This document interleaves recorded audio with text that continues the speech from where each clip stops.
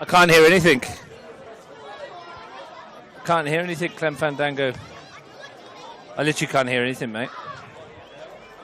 Yesterday we were up to about there. I can't hear. Oh, here we go. That's better. I can hear now. Can you hear me? Is that good level for you? Yeah, perfect. Yeah, that's okay for me as well. That's much better. Is that good for you, Michael? That sound okay? Clem Fandango. Can you hear me, Clem Fandango? I can hear you, Clem. You've got to press the button, Clem. Toast of London. Have you never seen it with Matt Berry? You need to watch it, mate. It's very funny. Well, you should have, because it's very funny. Have you seen one of the IT crowd? I never watched it. I've heard of it. Yes, one of the actors out of that. What's it called? Toast.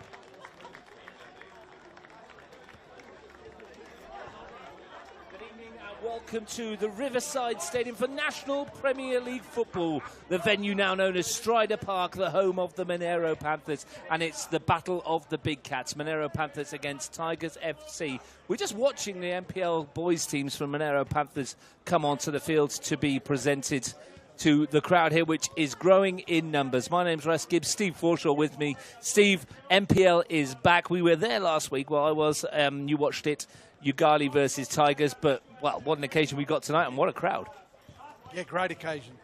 A lovely way to kick off the season for Monaro. A big challenge with Tigers coming, and they've already played one competitive match in the NPL, so there'll be no pushover themselves. But really good crowd, really good to see Monaro back in the NPL boys. Got a great venue, got a great crowd, got a great night. Looking forward to a great game. Last week, Tigers were 2-0 up after 20 minutes against Ugali. Ugali fought back and got themselves back to a 2-2. A point was probably a fair result at the end of the day. In fact, I should imagine Ugali are a little disappointed that they didn't go on and win it because the momentum swing was drastic. At 2-0, you thought, or you worried that it was going to blow out to a cricket score, but to their credit, Ugali fought back, scored 2 very, very good goals, and got themselves a well-earned point. And what have we seen since then? Well, we've seen some Australia Cup action, some incredible Australia Cup action. O'Connor Knights were 2-0 up at half-time against Gungahlin United and were ripped apart in the second half. 5-2, the league champions knocking out the cup holders. Their grip on the competition went awry. Brindabella Blues, well, they've got to the quarterfinals of the Hahn Australia Cup qualifying for the first time. They won by 1-0 against White Eagles at Cornwall. Curtis Schaefer with the win. And last night, well, it was the Steve Neelan show. It wasn't all about Steve Neelan, but he came up with trumps with a hat-trick. Tuggeranong United 3, Canberra Olympic 0, and that boy is going places. Look, it was a fairly comprehensive victory for Tuggeranong, but it was on the back of Steve Neelan and his finishing. And he looks one of the brighter prospects in the local competition, in the local scene. Excuse me. Very good game. I thought Tuggeranong looked really good. And if they can sort of build on that sort of form, they can challenge for a top 4 spot. What we're going to do, Steve, while we mention this, as you can see on your camera at home, the new initiatives from Monaro Panthers. This is the Claw. This is the Monaro Panthers supporters group for ages 6 to 16 years of age. They pay $50 for the season, Steve. They get an access to every single game. They get one of these hoodies that most of them are wearing down there. They get a beanie as well. And every match they come to, they get given hot dog and chips from the canteen below us. $50 for all of that. It's incredible. I mean, tremendous value. Absolutely. What a great initiative. I mean, Monaro, again, leading the way in terms of what clubs can do aside from being successful on the pitch. And this is just a wonderful, wonderful side. Kids enjoying themselves at football. I mean, it's worth the price of an entry anyway, just to see their smiles on their faces. And you can see them standing there with the new safe standing area as well that they've built over the course of the off-season, with the barricades there as well to where people are wanting. If you go a bit further down, you can probably see it where Michael's got there. There's a couple of tables in front of us and over to the left as well where they've built in now where people can enjoy a bit of the canteen around here as well and the beverage of their choice, which is probably Strider Lager now, which is the main sponsor. But this is just another little couple of touches that they brought in this year, which is giving them that leadership off the field. I couldn't agree more. This is, like I said, a fabulous initiative. I mean, the more people of this sort of age group that you can get coming to the game, the better off the game's going to be in the long run. And right next door to us, Steve, is the supporters club. $200 for the season, 11 games, and you come here to watch the 11 games in the VIP area, and you get all your food, and the spread in there is remarkable. All the drinks that you want, alcoholic beverages included as well. And it's $200 for 11 home games. It's incredible value for them as well. And it's we don't want to sound like we're promoting the club in terms, but it's just everything that they're doing around it is just so good. I think we should be promoting that sort of initiative. I mean, the supporters club's been going for a few years now, and it is a fabulous night in there for everybody that takes advantage of it, and this is just adding to it. And I will tell you now that you can, if you want to try it, you don't have to become a member. For $40, you can come along and watch a game here and have your VIP experience in there with your food, and I can't tell you how good the spread in there. It's incredible, isn't it? They've got a bit of everything, and your drinks as well. $40 match day. Come and try it out. If your next time your team's playing at the Riverside, they'll be happy to see you in there, and on match day, if you want to see it a little bit differently. Well, let's have a look at the games that we've got coming up, because it's not just this one, is it? Tomorrow, it's the Chivapi Derby. Myself and Ian Worthington will be at O'Connor Enclosed, 3 p.m. O'Connor Knights against Canberra, Croatia. That one will be a corker. Sunday afternoon, we'll be just over the road there, just down by where McDonald's sign is to our right. Queanbeyan City High Street hosting an NPL game for the very first time. Ugali Soccer Club, the visitors for that one. Can't wait for that. Frank Keisha will join me for what should be an epic occasion for Queanbeyan City. They're promising to bring a big crowd as well and making some noise. Elsewhere, Gungahlin United, the league champions, travel to Tuggeranong United, fresh off their win. Steve Nealon's hat-trick as well. Mitch Stevens' Tuggeranong will be keen for a winning start to the campaign. National Premier League, well, a bit of unfortunate news in the women's tonight. The game between Gungahlin United and Canberra, Croatia was postponed. The pitch had a problem with it, so that, I think it was some sort of metal plating or something along the surface. The referees weren't happy with it, so they've postponed that one for the time being. Belconnen play Canberra Olympic tomorrow at Kayleen. You can watch that one from 3 o'clock. Jordan Bocock will take you through that on Sunday. ANU versus Madura has now been moved to Kayleen as well. That's been moved from Ainsley Enclosed. That's Madura's very first Premier League outing, and they're full of former ANU players. So that'll be an interesting start for those young ladies there as well. And it's a Southside derby, West Canberra Wanderers versus Tuggeranong United in the NPLW as well. Factor in some CPL action with teams like Canberra Olympic and Brindabella Blues and Belconnen United and ANU all pushing for promotion. What a weekend of football. Fantastic way to start the season. I know we got it underway last week with the game that was brought forward from later in the season, but this is the weekend where it all kicks off in earnest. Some wonderful matchups. I mean, you mentioned the Croatia derby. I mean, it's a fixture that everybody looks forward to during the season. We get it first up in 2025.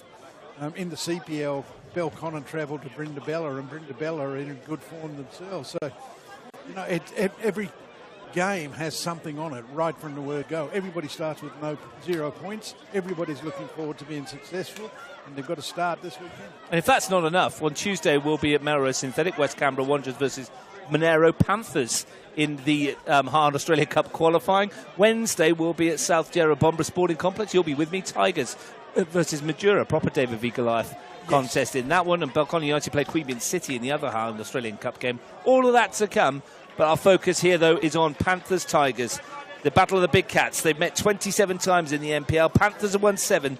Tigers have won 17. There's been 3 draws. Let's go through the lineup, starting with Monaro Panthers. Heath Illich in goal. We expect 3 at the back in Max Melik, Adam Di Franceschi and Marco Gar. Ryan Strawber's a holding midfielder. A line of 4 in front of him. Robert Kachenko, Luca McCaw, Marco Piccolo and Christian Kreskas. Stephen Dominici and Daniel Barach, the twin strike force signed from Canberra, Croatia, are the front 2. The bench, Gary and Memitage, Giuseppe Time, Ben Bassasilk, Dylan Deep-Jones and Zach McLaren. Your first thoughts on that, Steve? I think it's a strong lineup. They've obviously recruited well in the off-season, and some of those new players get their start tonight. The shape is a little bit of a surprise because it's a bit unusual for the McCaws to do anything different from 4-4-2. But today we're looking at something that's vastly different and experimental, you might say, in terms of what we've expected. But it's a good lineup, strong lineup, plenty of talent in it, plenty of goals in the lineup as well. Paul McCaw not here tonight. He's in Japan. If you're watching, Paul, I'm sure you are.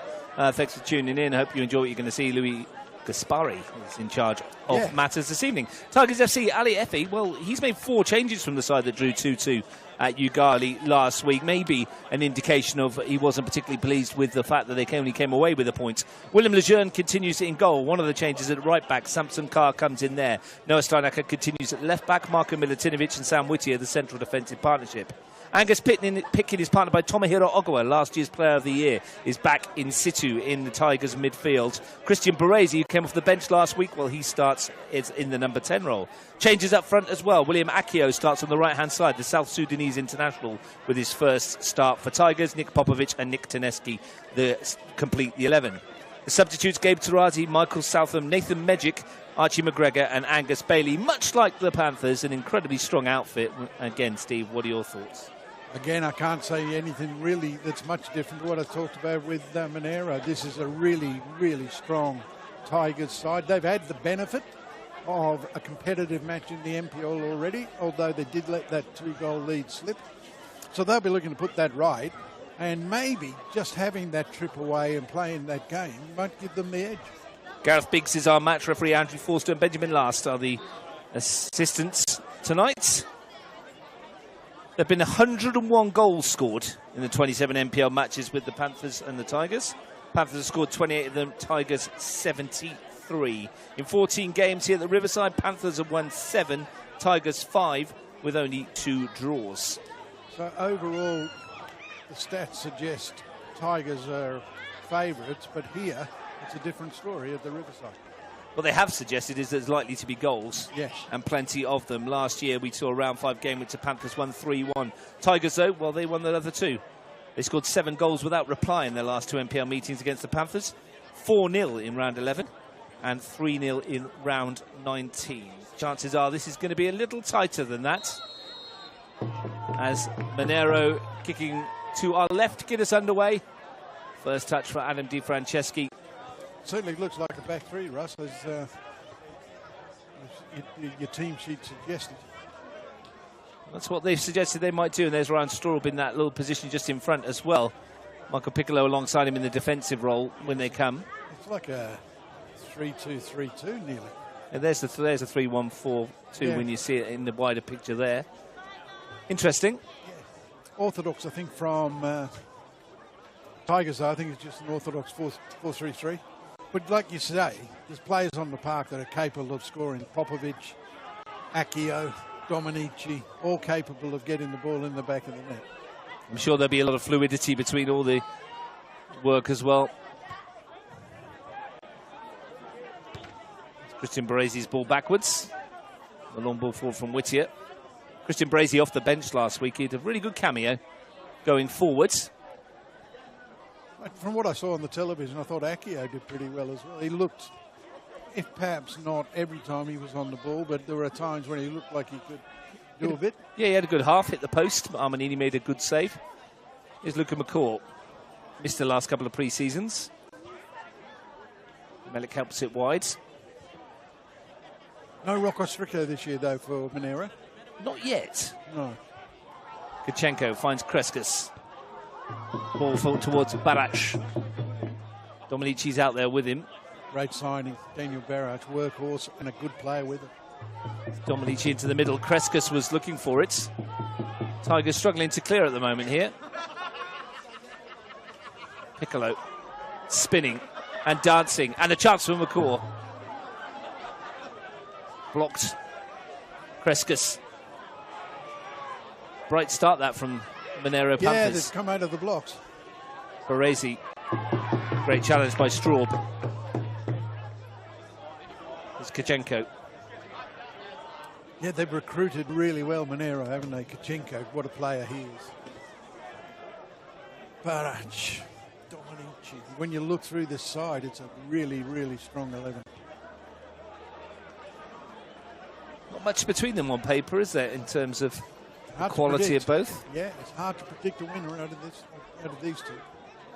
But Monaro, early stages, they've started well. Straub. Under a little pressure. Tomohiro Ogawa was getting involved, and they're glad he's back, and so are we from a neutral perspective. Absolutely. Absolute joy to watch the Japanese midfielder. Had a fantastic season last year. Yeah, crowned by being Player of the Year, which I think was a justly reward. I don't think anybody would argue with that. It's Marco Gaia. Another good signing. Dominici playing rather deep here. It's sort of been a characteristic of his game over the last few seasons. When he was at Canberra, Croatia, before he left and went to Olympia, he was starting to drop that a little bit deeper. Here's Popovic. And a chance for William Accio to show us what he's got up against Marco Gaia. Created half a yard here as well and forces the save. Sharp effort from Accio. And Carl will win the first corner of the afternoon. Or evening, I should say. Good, strong start from Accio. Make the first save from the keeper. And they get the first corner. Heath Illich booting that one away. Yeah, young keeper with a lot of potential. And his 6th NPL match of his career, Heath Illich. Certainly got the height to be, or the build to be a decent keeper, hasn't he? Nick Taneski's going to come and take the corner amongst the trees. Not that we can see him this time of year. His leaves will fall off come winter time. We'll have a perfect view.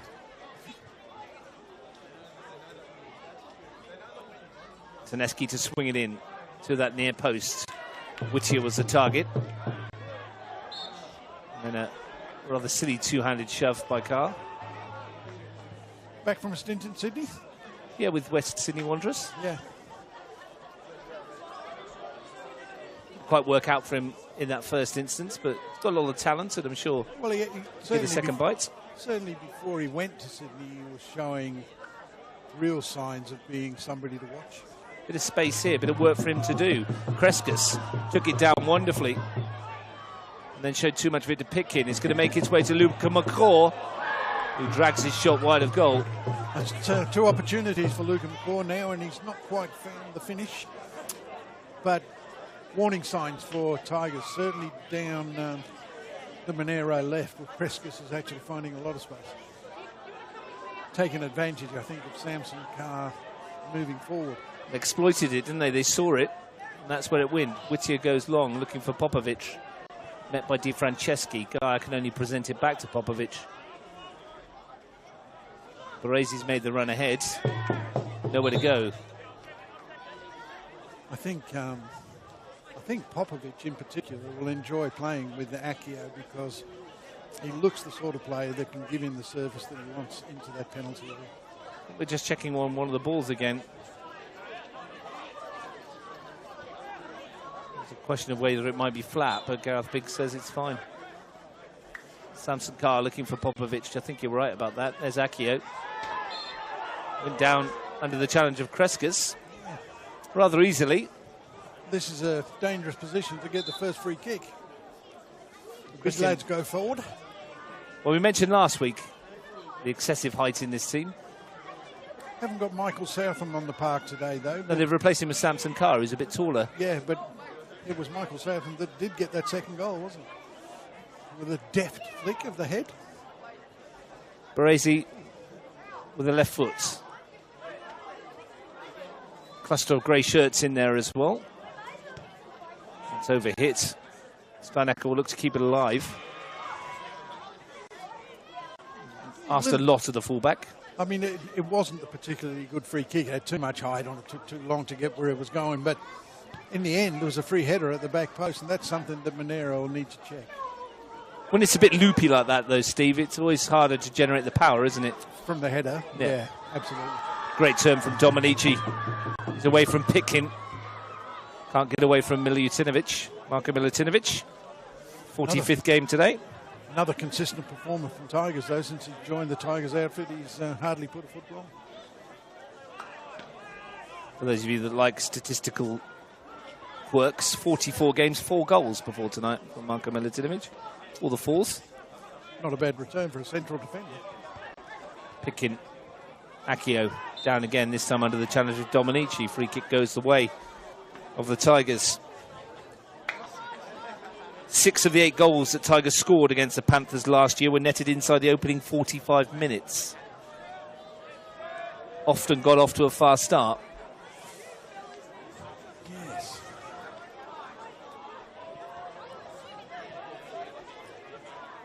Yeah, I don't think they're just a first half team, though. Not anymore, no. I mean, all these stats from last year are all well and good, but new year now. Yeah, new year, new season, new players, new outlook, new approach. Just something to talk about, my friend, rather than the poor jokes we were sharing before kickoff. If you want to talk about my friend, you can. Well, I told you the joke that won the lollipop for my daughter at school, and the joke, Please, it was outstanding, wasn't it? It was right up with the very, very best. Tickled the fancy of the 11-year-olds in my daughter's class for sure. Won her a lollipop. Well, I'm very pleased. I didn't get to see any of it, obviously. Disappointing. Popovic. Sent away. One, yeah. Dominici brings it down. He's got his partner in crime in Barac. He's trying to get after this. Lejeune met it. Tell you what, with a little bit of luck, Luke McCaw. I was going to say, fortunately for Lejeune, there's no Rocco Stricker to send it back from that kind of range. Because Monaro are capable from that sort of range, aren't they? Well, it was here a couple of years ago, wasn't it, when Rocco Stricker this end, though, wasn't it? Scored from a mile out. I think everybody in the competition then tried it thereafter. Yeah. Some with more success than others. Accio. Side. Fortunately, he was there, to be honest, because Heath Illich had gone a bit of a wander. Wonder if he'd seen the flag in the first instance, perhaps, the goalkeeper. Well, he certainly left his goal bare. I can only assume he saw the flag. Yeah. Give him the benefit of the doubt. Di Franceschi wearing the skipper's armband.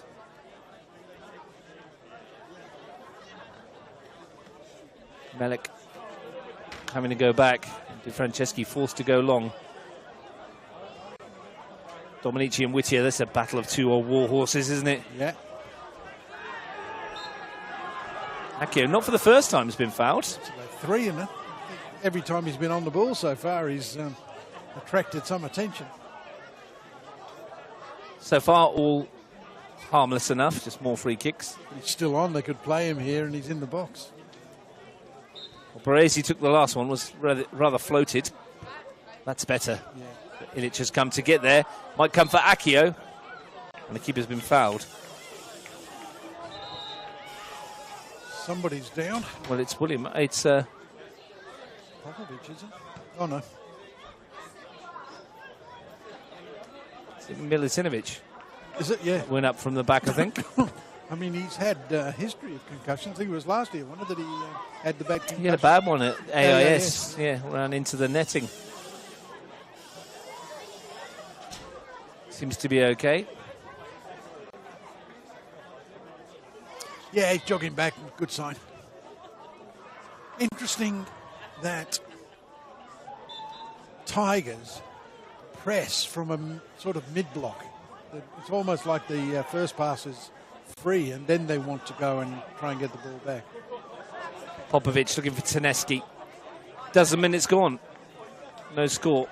And after a good start from Monaro, Tigers are well in this. We expected it to be tight, didn't we, between these two? Yeah.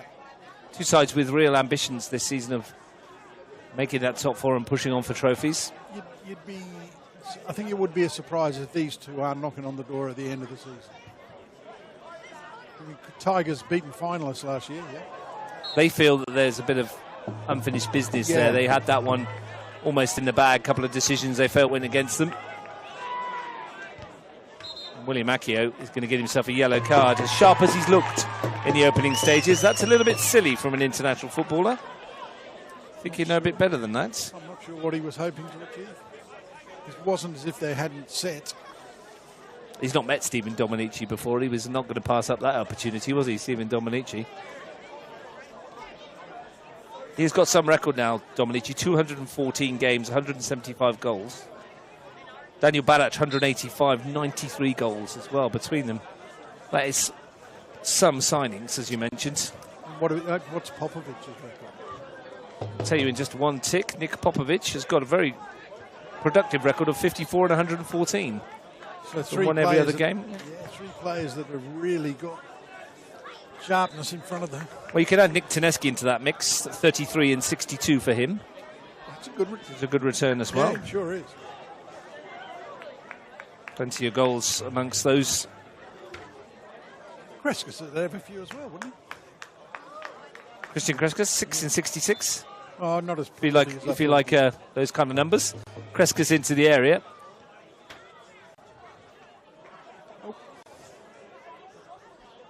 Got a lot of goals in the lower grades as well, Kreskus. 6 and 66. He'll be looking to improve on that this year. Well, Sam Whittier's got 31 and 130, which is a great effort from him because a lot of his football's been played deeper these days. Well, Many of those goals would have been coming in the early parts of his career. Absolutely. I mean, he... A couple of seasons in Tigers colours where he was staging his own Goal of the Year competition, wasn't there? I remember him scoring an absolute gem at O'Connor. There was an absolute perler at Nijong as well. Yes, there was. I think it might have been against Belconnen, perhaps. Yeah, it was. Curling effort from a long way out. Popovic picked off by Gaia. Can't believe we remember all those games, so many of them. Popovic. Tomohiro Ogawa penalised now as well. Just sliding into a little bit of mediocrity. I was about to say the same thing. It's bitty, isn't it? Yeah. A couple of cheap free kicks going each way. Just interrupting everybody's momentum. The quality of distribution's just dropped off a little bit.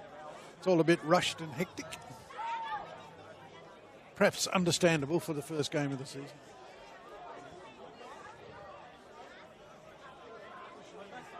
Marco Gaia likes to get forward, hasn't had the chance to do so tonight. I wonder how much freedom he will get from the left side of a back three. Yeah, I don't know that you'll see him marauding as far forward as he used to, which is a shame because he's got a wand with the left foot. Barach. And so is this guy. On the right flank and the right-footed ball. Not bad effort from Daniel Barach. Now there's some space. Lejeune has bowled it out for Baresi, and he's invited Samson Carr to take it on. Popovic to the right. Crossfield ball to Taneski to the left. Well defended by Max Malik. Yeah. I thought he was going to get himself a free kick. I don't think it's gone out of play either. Ogawa hasn't been able to weave his magic at the moment. It's going on around the midfield at the moment, isn't it? But Max Malik is playing on the right-hand side of that back three. He's another one that, when he was playing as a fullback, wingback, loved to get forward. Has plenty of pace as well. So they lose that a little bit with the team that they've got out. But Chenko and Kreskas certainly don't let them down in terms of pace. 5 of the last 6 goals the Tigers have scored in the NPL competition, including the 2 last week, have been inside the first half. Kachenko into the area. It might come for Kreskas. He was beaten to it by Daniel Barach, who slides it home. And Monaro Panthers have the lead. They roar first. 17 minutes in, a debut goal for Daniel Barach. Well, Daniel Barach's taken up where he left off because he's a prolific goal scorer. And last season at Canberra, Croatia, he kept them in the competition with some of the goals that he scored. But if you're a Tigers fan, you'll be looking at that and thinking, how on earth did 2 players get so much space in the middle of the penalty area? Well finished in the end, well put together, but Tigers defensively probably not quite at the races. Christian Kreskas was ready to sweep it home, and Daniel Barach said, no, I've got this. And on that trusty left foot, bags his 94th NPL goal and his first for the Panthers. Got 14 last year for Canberra, Croatia. He's off and running already. And the goal that the game needed, just to spark the crowd into life. Yeah, and it might just settle them down and let them play a little bit more quality football. Well, it's got the fans excited. Me and you had a conversation during the week about Tigers possibly getting 6 points out of the first 2 games they played. Now they've only got 1, and they're on course here for a loss. I mean, long way to go, obviously.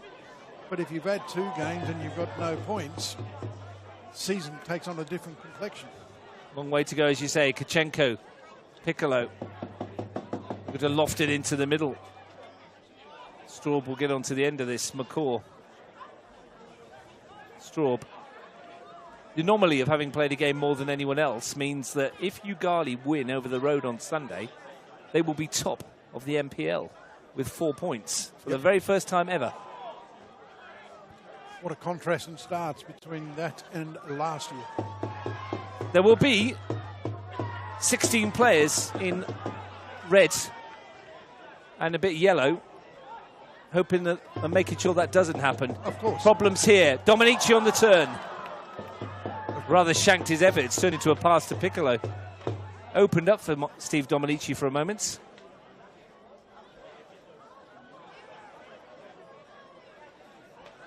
For a newly promoted side as well, that first game at home is vital. Oh, they want to get off to a good start, if nothing else, to show the fans that they're ready for that leap forward.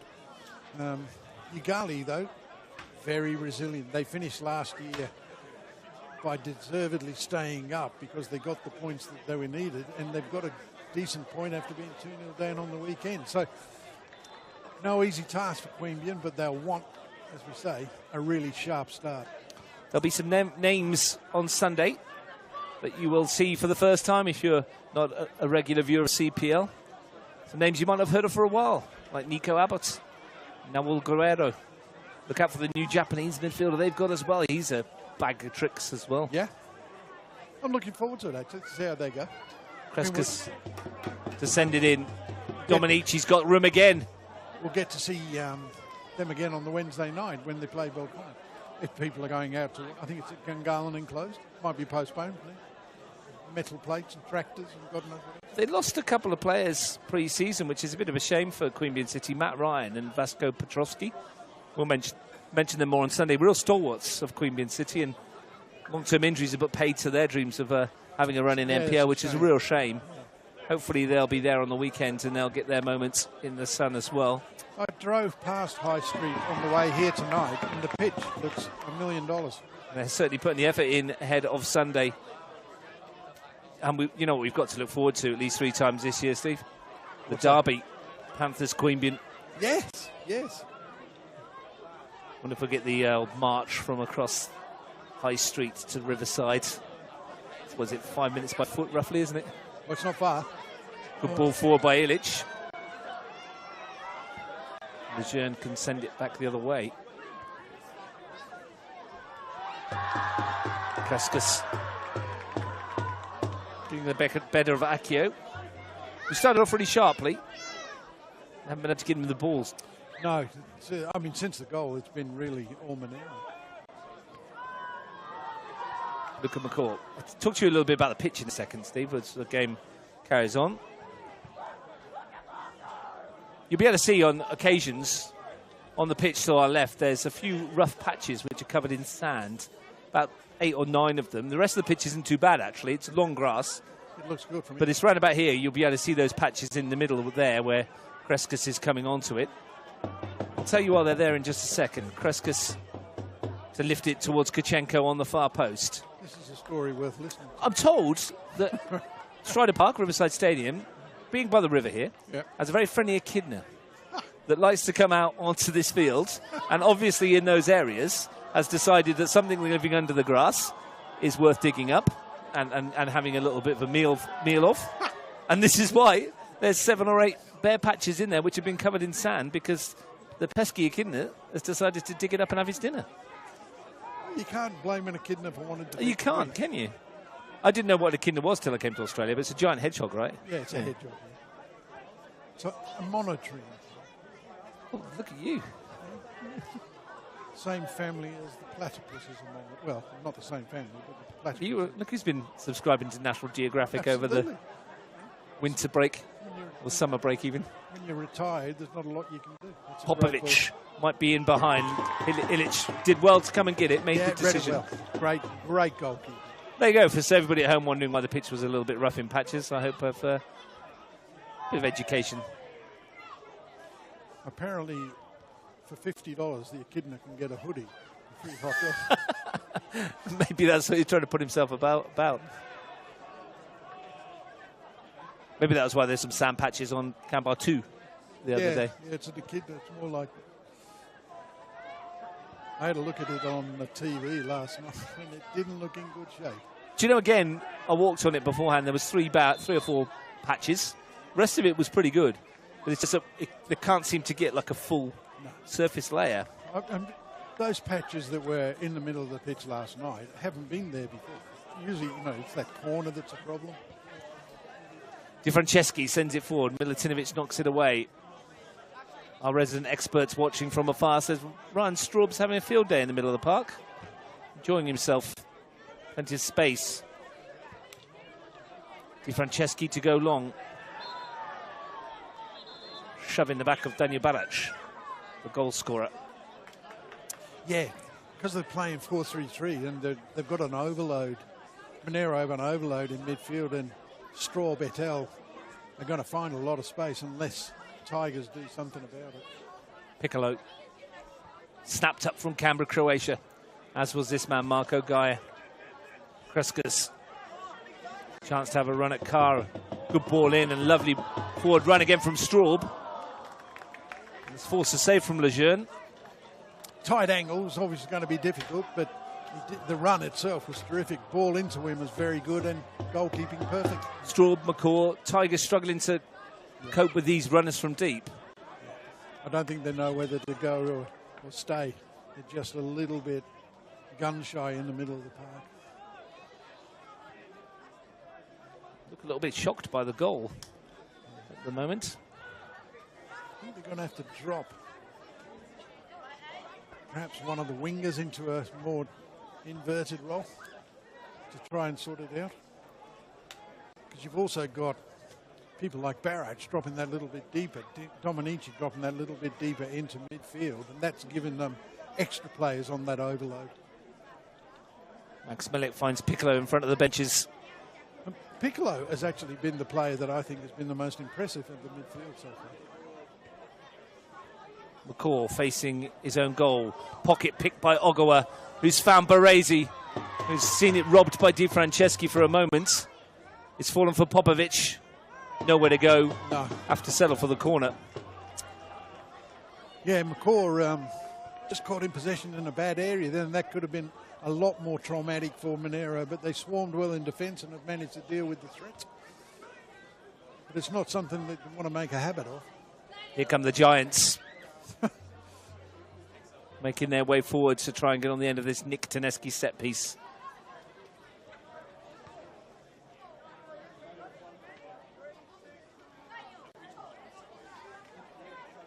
Sam Whittier often gets his on the end of these kind of things. Tedeschi's ball in is good. It's well met by Straub. Tedeschi to whip it in, and they're all offside. The flag's gone up. Yeah, great goalkeeping again, though.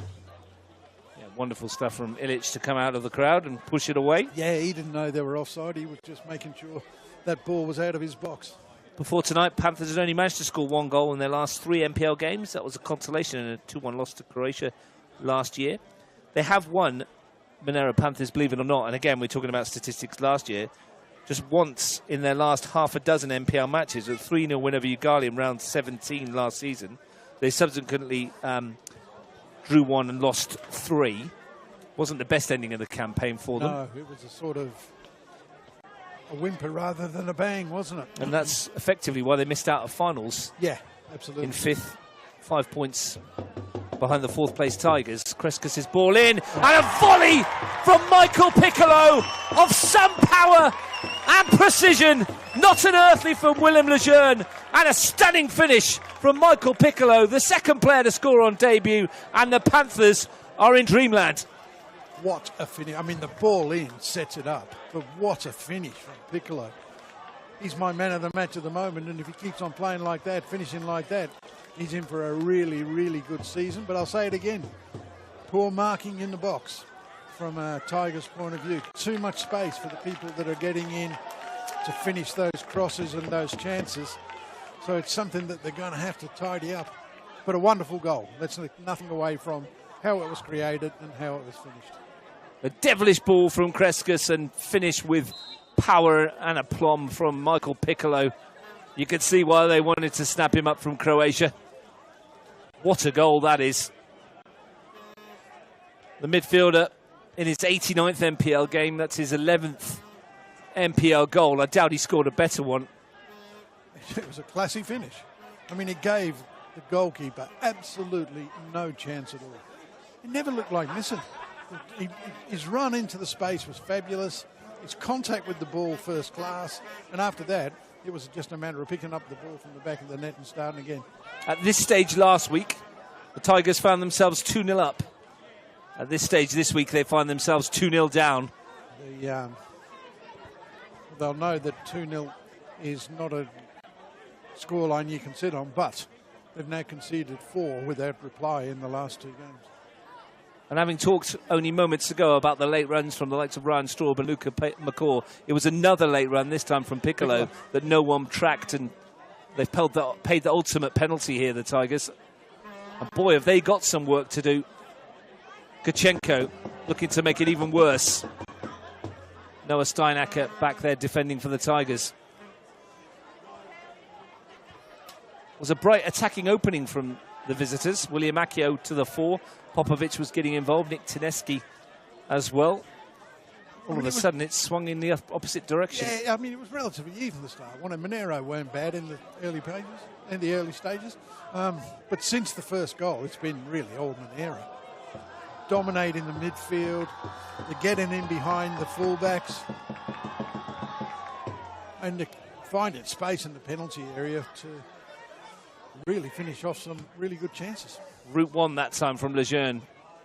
Accio 3 players on him and another free kick on William Accio. I think he bought that one a little bit. Well, he had 3 to pick from. Yeah, he did. Di Franceschi was there, Kreskas was there, McCall was there. One of them potentially got him.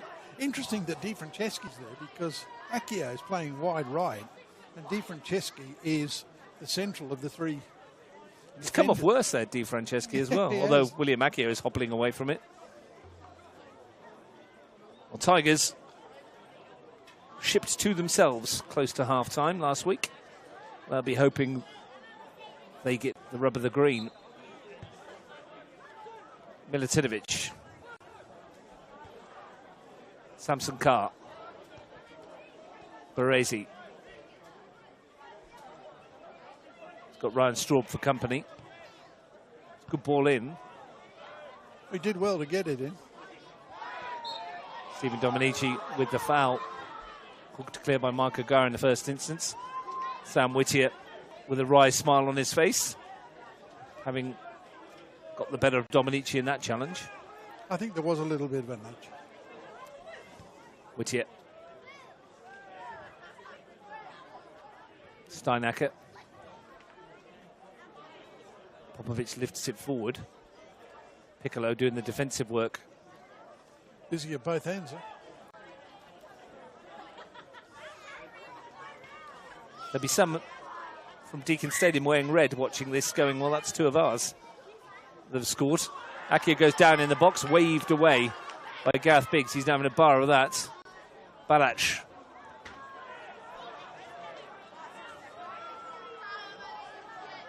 You sign players for those kinds of moments, Steve. Look, it's not unusual for teams in Canberra to swap players on a regular basis in the off-season. And we've seen quite a bit of it in the off-season between 24 and 25. But every club is looking to sign quality players, and I think Monaro will be thinking, we've actually come out on top in this. Yeah, a lot of movement this year. Yeah. Feels like more than normal. Probably isn't, but it does feel like there's been a lot. Well, McCaw's lost out to Popovic. And that might be a card here for Luka McCaw. Popovic. Luka McCaw. Second time in quick succession that he's been caught in possession just outside his own box. That's something he's going to have to change. Well, Christian Brazy's had a couple from this kind of angle. The first one was flighted too high. The second was a good one, but everyone went too soon. Is it third time's the charm for Baresi, or... If you keep giving them an opportunity, sooner or later they'll get one right. Yeah, I was going to say, or will Nick Teneski pull rank? Illich has chosen to put 3 in the wall. Inviting gap over that wall, isn't there, to that top right? Teneski's lifted into the crowded area. Tell you what, that was close for Milutinovic. Ogawa forced to go all the way home to Lejeune, 12 minutes to the break. The hosts lead 2-0 on the opening night for them.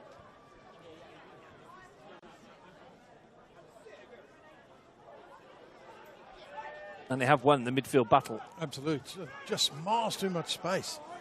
McCaw looking to exploit it again. Kreskas. Not the best ball, but he might keep it in. Yes, Got the pace to do so. Carr back with him. Whittier under pressure from Balach. Defends from the front, Daniel Balach. Oh, it has. I mean, one of the key aspects of his game is his work rate. He's more than that. He's more than just a worker. But as we've seen already, he's on the score sheet. But that's one of the things that really sets him apart. Aliefe is on the side of his bench, and he's going to make a change here already. 35 minutes in. Is it Christian Baresi who's coming off? Well, this is interesting because he's not injured, is he? Doesn't look to be. This looks very much tactical, and I think maybe Ali has sort of recognised that they're being overrun in midfield, and is he bringing on another midfielder? Can't see in the light. But poor old Christian Baresi. Oh, it's Magic. Maybe he's going to play Magic. It is Nathan Magic. Maybe he's going to play him as a 6. going to be a change of formation, isn't it? In fact, he seems to have gone into central defence alongside Marko Milutinovic, which is going to put Sam Whittier a bit forward into midfield. So there's the change. Yeah. So obviously he's recognised the fact that they've got to do something about midfield dominance from Monaro, and he's decided it's a change of personnel. Must have been listening to us just off the back of that, saying that they were dominating the midfield. It's a chance for another one here. Ryan Straub's having a good afternoon. Certainly Sam Whittier as a central defensive partner would be looking at his own game with Milutinovic and saying, we've not been at our best in that area. So moving into midfield might just give him a little bit more license to play a bit. Kreskas to send it in. Wasn't his best. No, but well dealt with, all the same. Well, I'm sure we'll get a note from Ali later on if there was a knock of some description. Looks like Christian Bracey's coming around to this near side, so maybe there is something there. Possibly, for something that we haven't seen. Tweak of some description. Yeah. But it's a bold call either way, isn't it? 2-0 down at this stage to make that change. I think if it's tactical and it works, then you'll be hailed as a genius. But if it's just a like for like because of injury, then... Judging by the body language of Baresi, it's hard to tell, isn't it, whether he's an injury or not. He's not limping or anything, but he's walking a bit gingerly. I can't really see, Look, he didn't look to have done anything to get an injury. He looks a little despondent walking around. He's taken the bib off as if, he's not happy, but who knows? Guy on the stretch, Popovic tries to win it back. Akio, nice turn. Pitkin helps it on its way. Noticeable, though, that Tigers are allowed to have it here, but whenever it comes into this middle third, they are like flies around the honeypot, aren't they? Yep. The Monaro Panthers. It's not as if they won't press high. They will. We've seen Barat win balls higher up the pitch, but they certainly, once they're comfortable in possession, once Tigers are comfortable in possession, they're letting them have it in that sort of final third. Should say, of course, it's a return to the Tigers for Nathan Mejic. Yes, it is. He's been part of this group before. Di Franceschi. Looking for Kreskas.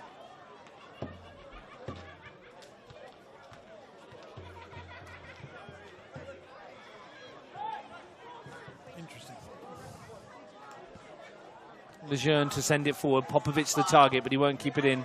Of course, William Lejeune is back in Canberra after a stint in Melbourne as well, where he's sort of made a name for himself, playing in the local NPL down there. This is his 44th local NPL game in Canberra. West Canberra Wanderers previously. Absolutely. Went to South Melbourne. Yeah.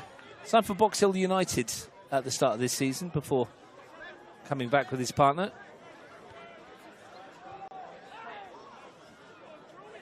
Only played one friendly for them, I understand. For Box Hill. Yeah. Straub opens up for McCaw. Tried to help it on his way. Steinacker was there. Taneski. Steinacker's off and running. Shown a good turn of pace. Eating up the ground. And backing himself as well. And delivering not a bad ball either. I think it might have just rolled out of play. He fits in quite nicely, William Lejeune, at 6'5". Yeah. Into this back of the Tigers' defence. I mean, Nathan Medjic's another tall central defender they brought on. But William Lejeune's the only one that can see over him. That's why they've signed him. Yeah. I do say they've got the world's biggest fullbacks in Noah Steinacker and Samson Carr. They are tall, aren't they? It's a big back four. Whittier mentioned in commentary last week that he might be the beneficiary. I spoke to him about it when he came into the offices for the media conference this week. With all those tall timber up for corners and everyone picking up the tall players, I mean, someone like Woody, who's not exactly small himself, but is small compared to the others, is a very good header of a football. He's good in the air, very good in the air. And although his reputation will precede him a little bit, he might just find that extra half yard of space in the box. Well, the decisions that other teams have to make, isn't it? Do they pick up a Whittier and leave a Milutinovic or a Steinacker or someone else who's 11'4"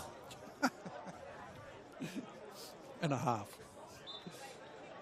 Free kick for the Tigers. Can they get themselves back in with a sniff before the break? Nick Taneski's over this one. All those tall players that we mentioned have gone forward. Well defended again, though. Wasn't a bad ball in. The hit from range has given Illich something to do. It was Angus Pitkin having a pop. Yeah. An expected routine save, yeah. Very routine. But, you know, shot on target. And it's that sort of run that we saw from Steinacker that might just lift them up a little bit, because that's inspirational. That sort of effort spreads through the team quite quickly, and maybe that'll just let them turn a corner a bit, because they've been out of it since that first goal. At 2-0, they've got a mountain to climb. Not beyond them, but they've got a mountain to climb. Paul and Danny McCaw over in Japan. I'm sure they're enjoying what they're seeing so far.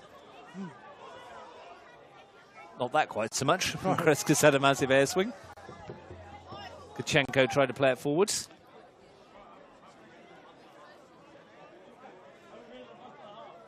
Can't ask so much more than what they've seen so far. 4 minutes to the break. 2-0 to the Panthers. I mean, both teams are probably the same in terms of their transition. Both of them have gone forward quickly. Medjic. Ogga was after it.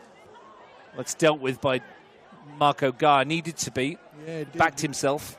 I mean, Illich came a long way there and he was never getting it. Medjic sticks a leg out, falls to Barac. Wants to send it towards Dominici. Loves these positions, Stephen Dominici. To Ben one and just wide of the post. Yeah, dead unlucky. Great move. What a ball from Barac. Picked him out perfectly and a really intelligent attempted finish.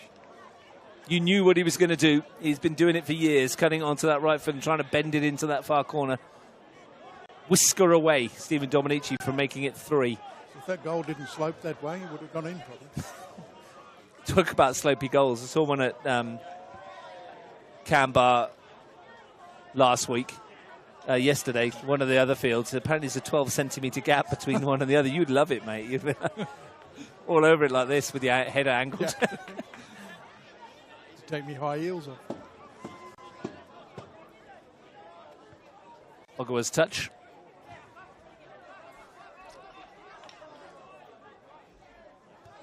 Yes, Akio has been relatively quiet since that opening burst.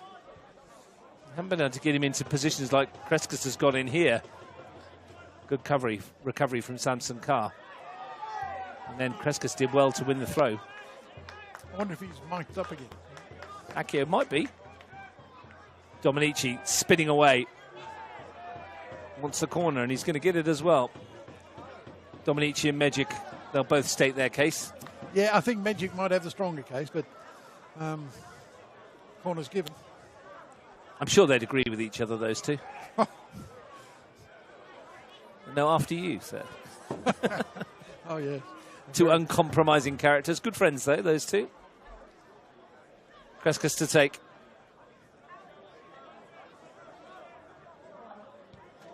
Swings it into the danger zone, and there's all 6'5+ of Willem Lejeune. And a waste. Yeah, he was looking for Popovic and yeah, but going near him. The point I was making before, that they are trying to get forward quickly. It's not been a game of very sort of passive and very negative football. It's really looked to get forward. Been periods where they've kept possession well, but generally speaking, it's been a game where players have been trying to attack the goal. Di Franceschi, Piccolo, who scored the second. Cracker. Illich. Oh, the shanked ball that from Straub. Yeah. Wasn't his best. Pitkin looking for Taneski.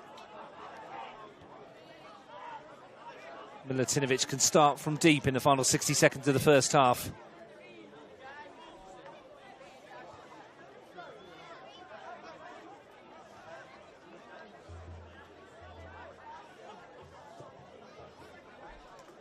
Think back to the chances that the Panthers have had. Willem Lejeune, I can't remember him making a save, no, but the two efforts on target have been unstoppable for him, really. Popovic. Ogawa. He's been on the periphery himself. That's better. Popovic can run and still go. Nick Popovic, great run this is. Can he finish it off? He can't. Max Melik did really well to hold him up just enough. Yeah, Max Melik's done his job, but surely he should have finished there. Once he'd gone round the keeper, it looked like odds on he would score. Well, Melik spread himself and made it particularly hard. But there's a snapshot of what Nick Popovic can bring. And Ogawa, who sort of released him. But yes, once again, just a little bit of inspiration that they might need for the second half. A bustling run, that. Whittier. Straub. McCaw. Picked up a lot of ball, only second ball. Straub. Kachenko. Piccolo. Working this nicely. Straub. Here's McCaw. Can he find the right pass? That's unfortunate. They've still got a second chance, though. Kachenko sweeping it in, and Dominici nods it over from the top of the 6-yard box. A real opportunity at the end of a sweeping Panthers move. Great ball in, and Dominici will know that he should have done better. That's a free header. His defender was the wrong side of him again, and he hasn't been able to hit the target, but what a ball in, and the move itself was really quite good. Met it really well, Stephen Dominici. Akio bounces off one, and as he gets into stride, he's closed down very quickly. Well, just a little bit one out, though, isn't it? Looking for a spark, someone to inspire them back into this contest. Whittier, so often the one to provide it. Popovic. That was luck. I don't think it was meant for Popovic. We're talking about as a perfectly weighted ball, he'll tell you. I think he was looking for Tedeschi further wide. Yeah. But nonetheless, nearly worked out. And in the end, no harm done anyway because Popovic wasted it. Melik forwards. Barac. Piccolo. Melik and Kachenko getting in each other's way. Gareth Biggs brings the half to a close, and Steve Forshaw, well, you wouldn't be happy because 2-0 is the worst halftime score you could possibly have. Isn't that correct, sir? Apparently so. Apparently so. But it's a 2-0 lead that is thoroughly deserved from Monaro's point of view. They've dominated in the middle of the park. They're running from deep. It's caused all sorts of problems. Their overloads in the middle of the park are good. Defensively, when they've had to scramble, they've done so. Tigers have got a lot of work to do if they want to get themselves back into this, but they've shown glimpses of what they might be capable of. So we can look forward to the second half that might just give us an exciting finish. 2 goals in 11 minutes for Monaro Panthers. Danny Barac sweeping home the first. Michael Piccolo hammering home the second. Or both of those by the half-hour mark, which means in the Battle of the Big Cats, well, it's the Panthers who are showing their claws at the moment. At half-time here at Strider Park, it's Monaro Panthers 2, Tigers FC 0.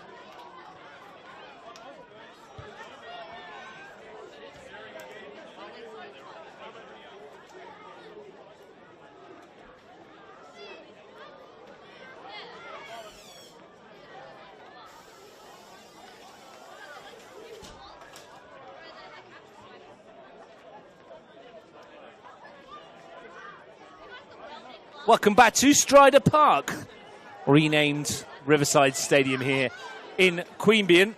At half-time, it's 2-0 to Monaro Panthers. I'm Russ Gibbs. Steve Forshall is with me a bit later back there, Steve. I was being introduced to the owner of Strider, who's down here tonight. Excuse me. A chap by the name of Dave, whose products are on display and you can partake of at some stage. Looking around the teams, you noticed a change there, Michael Southam. Yeah, Michael Southam's on. I'm not sure who's gone off. Well, I'm having a quick look across. It looks like Samson Carr. It does. From this distance. So his half is done. Over the other side, I think we are where we are. But just a shout out to the sponsors here. I mean, they do a great job, don't they? Absolutely From Strider themselves, who have come on board, to everybody else that's around this wonderful football stadium that we have here. We were talking about the rivalry with the Queanbeyan City. And the gentleman asked us, what kind of rivalry was it? I said, well, it's less Everton-Liverpool, more Rangers-Celtic. And if you know that, if you know what I'm talking about, then you know, don't you? Yeah, if you know, you know. Yeah. But tonight's entertainment is back underway. It is. A little bit. Can't get my phone's open to get my watch going, my friends. My phone, stop clock. There we go. A few seconds later than normal. A bit like the scoreboard operator. Yeah. Milutinovic, first touch of the second half for Willem de Jeun. Picked the ball out of his net twice in the first 45 minutes. Didn't do a lot wrong other than that. No. But you've got a situation now where they've made two changes. They've only got 2 windows left to make 3 other changes if that's what they wish to do. And they've got to find a way back into the game. And if they don't come to grips with the midfield, as we've spoken about ad nauseum in the first half, they're going to find it very difficult. Well, they have scored at least 1 goal in their last 13 NPL encounters, Tigers. There's no doubt they've got the capacity to score. They've got the players on the park that can score. It's just not... Oh. Akio steps away from Marco Gar. First time we've seen him in full stride. Taneski to send one in. I think he was probably having a bit of a poke there. A little bit of A and B, wasn't it? Yeah. Bit of a cross shot, if you like. Piccolo. Kreskas created the second goal with a wonderfully weighted ball. Needed some finishing from Piccolo, didn't it? And goodness me, it was finished. It's emphatic, wasn't it? It was just pure quality. Lucky really the net was there, otherwise it'd have been down the river. Halfway to Canberra. I don't think William de Jeun has seen it yet. He's lucky he didn't get in the way of it. Would have taken him in the net with it, the way the force he hit the ball with. It was a cracking finish. So what do the Panthers do from here? Do they stick with what they've got for the time being and try and see out the first 20 minutes or so, a quarter of an hour? Oh, certainly. I don't know that they'll be taking too many risks in the first 5 or 10 minutes, but they won't sit on 2-0. They'll be looking for a third.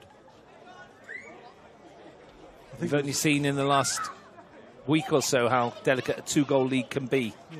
I mean, it's farcical that people think that 2-0 is a dangerous scoreline, but we've seen, as you suggest, in the last week or so, 2-0 leads being overturned quite quickly and comfortably. And it's one of football's peculiarities that no one can ever really put their hand on. Why? I mean, it can only be one of two things. And the other team goes, 2-0 down, got nothing to lose, let's go for it. Or the team that's 2-0 in front goes, we've done enough. Or a combination of both, perhaps. Get inside your own head, don't they? Alex Ferguson's Manchester United were masters of that, Steve. 2-0 down and winning games. Did it so many times. And in the end, it was almost because the opposition thought 2-0 isn't enough. And kept going. And psychologically... Yeah. I mean, obviously, you can make tactical changes and hope that they work, substitutions, changes of shape, changes of personnel. And that's got to have an impact if you're doing the right things. But by and large... give me a 2-0 lead any day. Yeah, I'd rather be 2-0 up than 2-0 down. Yeah. Let's put it that way. Reminder for you all. Stephen Dominici needs to be a bit careful here, kicking that ball away. Reminder for you all tomorrow, Chavapi Derby. O'Connor Knights versus Canberra, Croatia. O'Connor enclosed 3 o'clock. Big Ian game. Worthington will join me on that one on Sunday. Frank Cation will be with me over at Queanbeyan City versus Ugali, just over the road here. Tuggeranong play Gungahlin in the other match that you can watch live. That's an interesting game. Both have played midweek. Tuggeranong have only had that sort of Thursday game and then won't play till Sunday. I think that gives Gungahlin an extra couple of days, really, doesn't it? Dominici well over the crossbar. But Women's National Premier League, Canberra Croatia versus Gungahlin United postponed tonight, unplayable pitch. Unfortunately for those two who are looking to get their season underway. Big game, Belconnen Olympic tomorrow, yeah, massive game for Frank Asia's Belconnen Olympic rather, and Scott Collins Belconnen. Met in the Charity Shield, met in plenty of finals last year. Big match to start the campaign. Ryan Straub, Kachenko. Drop of the shoulder and change of pace and change of direction, and not a bad ball in either. Yeah.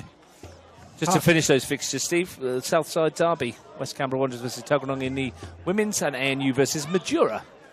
Here goes William Akio, full of running, couldn't find the pass. Certainly got a change of pace. He can motor, but his end product's not been there tonight.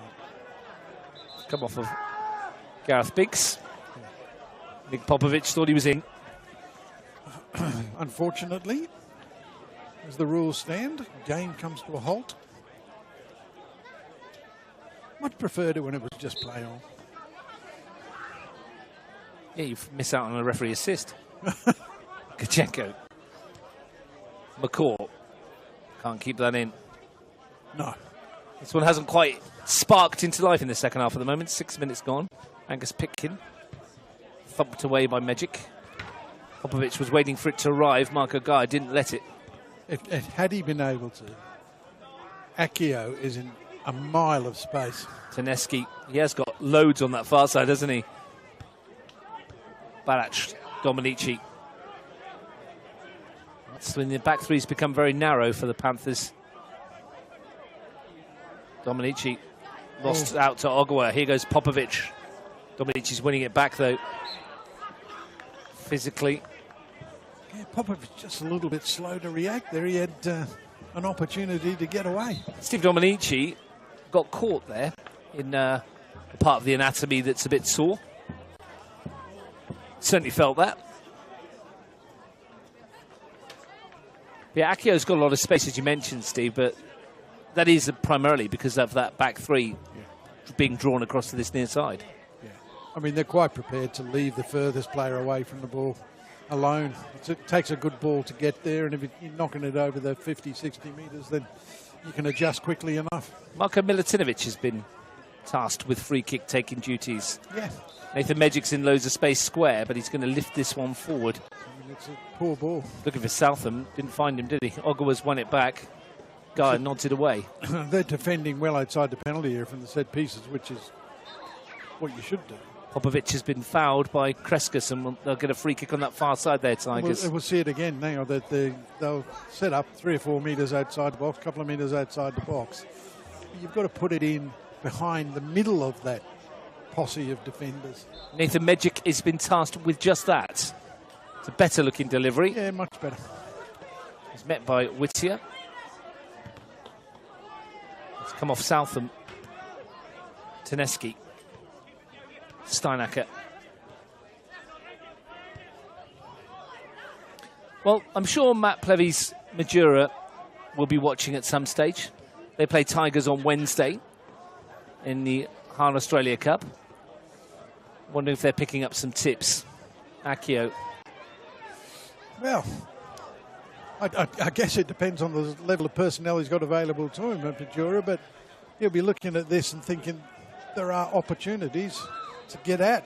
They do have an absolute menace of a striker in Rory Larkin. Do you remember Rory Larkin, the goalkeeper? Yeah. He's now playing up top for Majura. Scored the winning goal in the last round against Woden, and he doesn't just chases and chases and harries and hassles. And you can guarantee that come Wednesday night he will be ruffling a few feathers, let's say.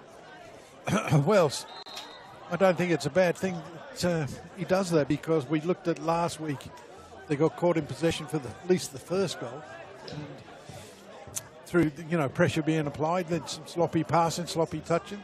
And today the back four hasn't looked all that secure. Looks big, but it ain't secure. Although this is a different back four now than they started with.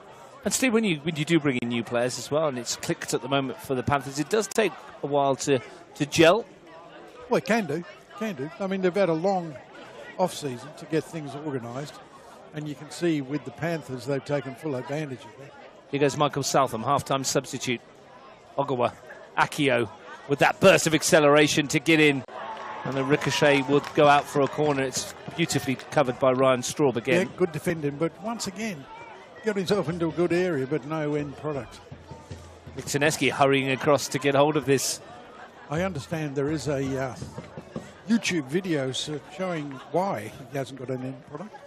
He sort of misses a very easy chance. We've all been there. Absolutely. Swing towards the far post. Medjic won it back into the mixer. Knocked away by Robbie Kachenko and sent straight back by Ogawa. That's worked out well. Taneski. That's gone out. Couldn't keep it in. Somebody here, Ogawa played that pass and then spent the 3 minutes it was in the air watching it going, oh, not one of my best. And it wasn't. It was a very, very hopeful ball. Melik, that's a better ball. And Balac has got goal side here of Medjic. It's Daniel Balac and Medjic comes sliding in. Balac got the shot away first. Didn't trouble Willem Lejeune. No, I mean, he was only prepared to use his left foot then, wasn't he? He wasn't prepared to use the right. Wondering if Daniel Balac had taken that across Medjic, or he might have got himself a spot kick. Certainly had Dominici bombing into the box, and Kreskas on the far side was getting in there as well, but wasn't able to find him. Marco Gaia too strong for William Akio. Space for Stephen Dominici to exploit.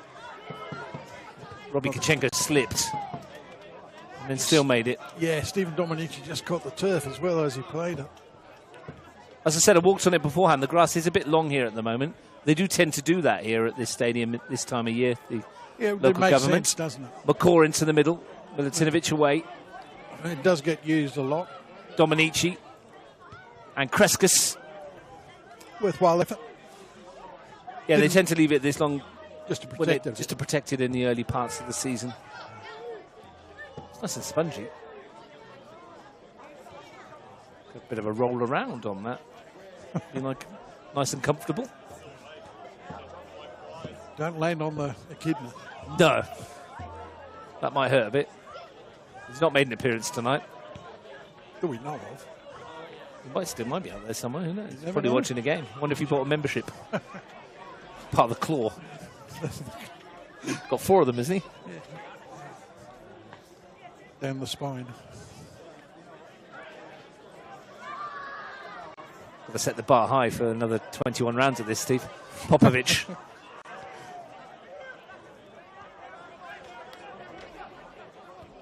Finding a lot of space in midfield, but the distribution is not quite as accurate as it has been in the first half. Luca McCaw is not having his best game. He's a much better player than what he's shown tonight, and maybe he's just feeling the effects of missing those 2 or 3 pre-season games.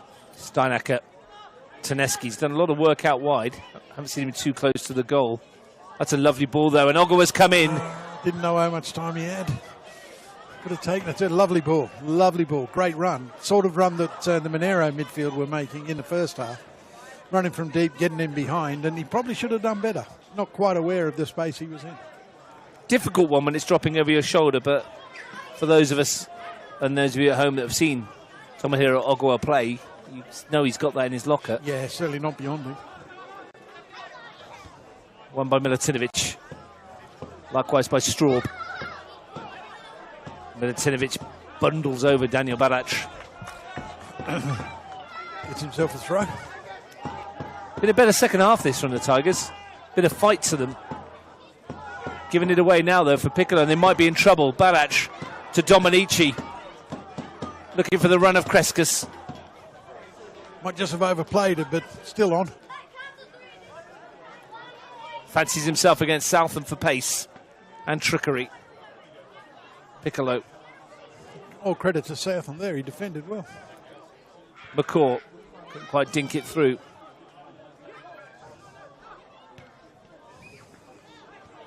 It's a prime example there of Barac and Dominici of how they've played off together so often, with Barac just sliding in and just touching the ball to his left where he knew his strike partner would be. Absolutely. Dominici got goal side momentarily, forced backwards. It's a thumping tackle Nathan Mejic on Daniel Barac, and he's been penalised, has he? For what? I'm not entirely sure myself. We talked about this off air, didn't you? What you used to call a tackle. Yeah.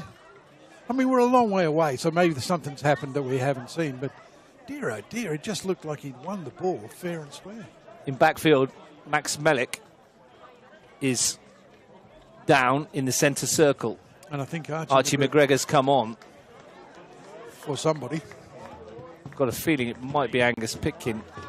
I think it is, yeah.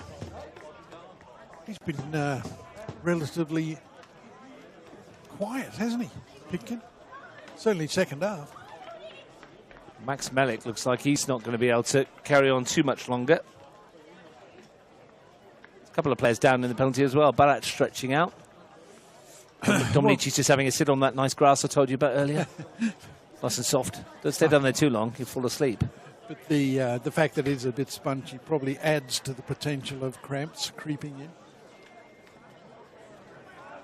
First game of the season and all that jazz. Frank Cashion's just sent me a message saying it was handball. Nathan Mejic landed on it with his arm. Oh, right. That's why it's a long way away. Thanks, Frank. Well, Frank's further away than we are. Well, he's watching on TV, mate. You know, any further away, that would have been in McDonald's car park. Long distance.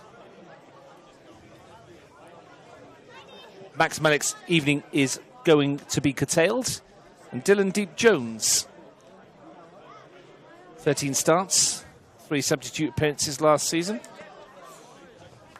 I've also got confirmation from Drew Gallagher that it was handball. Look at all these people at home, because we can't see that far. Especially in the dark. I know. Well, Kreskas is over this free kick, I think. Whips it into the area. Whittier met it. Firm header away. Great header. So it looks like Deep Jones is just going to drop into the middle and Di Franceschi will drop to the right. Now, Accio, can he keep it in? He can't. Good effort, though. Well, if he had, it was 4-on-2. Yeah.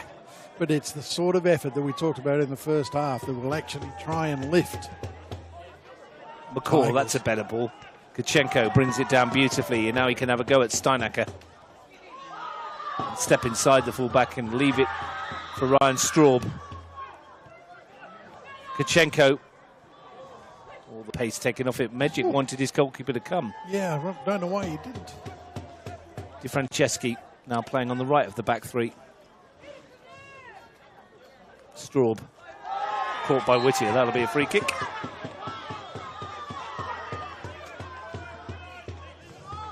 Certainly they're not shirking the responsibilities when it comes to 50-50 duels, but they're just giving away too many free kicks for them to build any of their own momentum. Kachenko to whip it into the middle. Mejic met it and headed it away. We've said that a few times tonight about them clearing it. Di Franceschi volleys it back. Now Ogawa, can he pick the right pass? Marco Guy was there. Yeah, I think he would have been better off playing McGregor. It's a challenge by McCall. He's going into He's on a yellow already, isn't he? Is he? Was that Luke? Oh, it's Stephen Dominici, my apologies, over there. Yeah. I saw the 21. I thought it was a 1. It's a 3. Is Luke a bit booked, has he? McCall's been booked, as has Dominici now. Good job he didn't get booked kicking the ball away earlier on. William Accio, the other, with a card. Talking about cards, should have been a birthday card, shouldn't there, for young Declan? Yeah, I did mention his birthday today. I called him up, so happy birthday, Declan Smith. He's over there by the goal with his camera. Enjoying himself. Very decent of Monaro to put on some birthday cake as well for him. I noticed there was a few Lamingtons in there with his name on it. Helped himself to the prawns. Accio climbing highest. Oh, I thought that was Well, that's a ricochet, could go anywhere. Di Franceschi needs to get rid of it. Kachenko spins away from Steinacker. He's going after his own ball there, Robbie Kachenko. not been in the game a lot, but he's certainly worked his socks off. Akio came short, Magic went long, and it almost turned into a pass for Taneski. Deep Jones, Piccolo. Sloppy. And Marco Gaia on that far side.